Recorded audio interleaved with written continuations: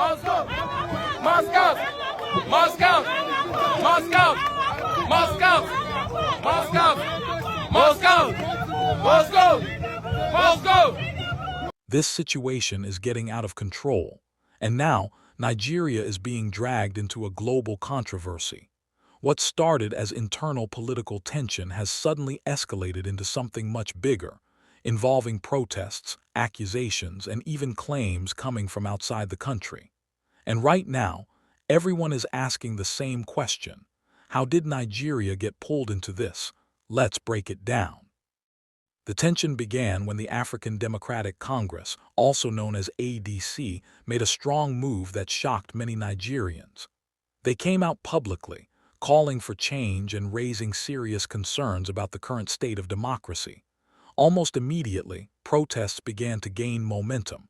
Across social media and on the streets, one message started trending: Tinubu must go. Crowds gathered, voices got louder. And what initially seemed like isolated reactions quickly turned into something much bigger. From different parts of the country, Nigerians began expressing frustration. People from different regions, north, south, east, and west, started speaking out about the same issues: hardship, governance, and the future of the country. The energy was intense, and the message was clear: people wanted change. But as the protests grew, so did the controversy. Questions started to arise about the role of institutions. Some voices began to question the independence of the system, raising concerns about whether democracy was truly being protected. At the same time, political tensions increased. Different factions began to emerge, even within major parties, creating confusion and uncertainty about leadership and direction. And just when it seemed like the situation couldn't get more complicated, it did. Because this is where things took an unexpected turn. Suddenly, Nigeria was mentioned in an international controversy. According to Donald Trump, a piece of fake news related to Iran had been traced back to a source in Nigeria. He alleged that a false report was created by a Nigerian-based platform and then picked up by major international media.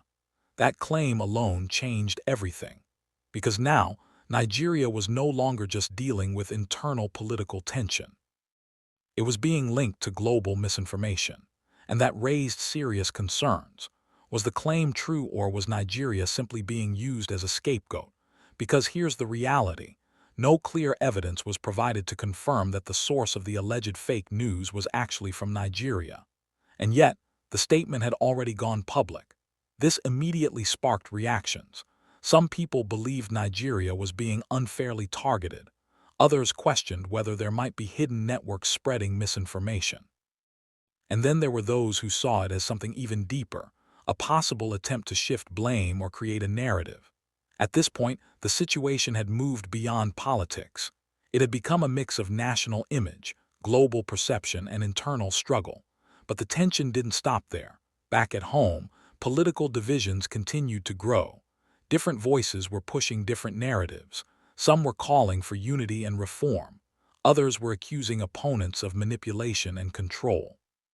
And in the middle of all this, ordinary Nigerians were watching, trying to understand what was really happening, because the truth is, when situations like this unfold, it becomes harder to separate facts from opinions.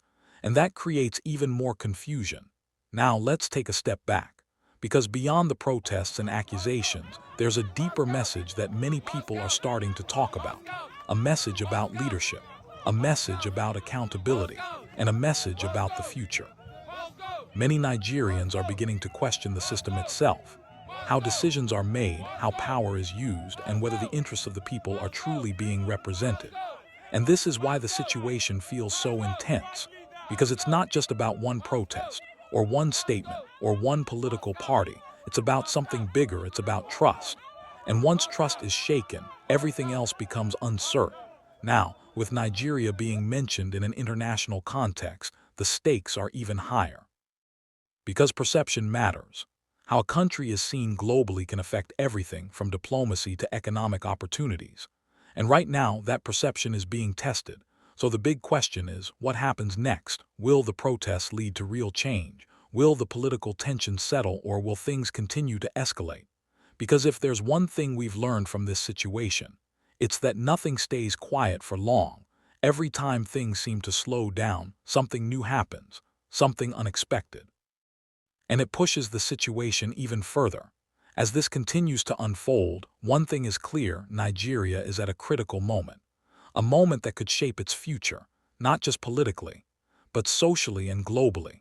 So now, let me ask you, do you think Nigeria is being unfairly dragged into global issues? Or do you believe there are deeper problems that need to be addressed? Drop your thoughts in the comments below. And don't forget to subscribe to Crime Vault WRLD to get more news on around Nigeria and beyond.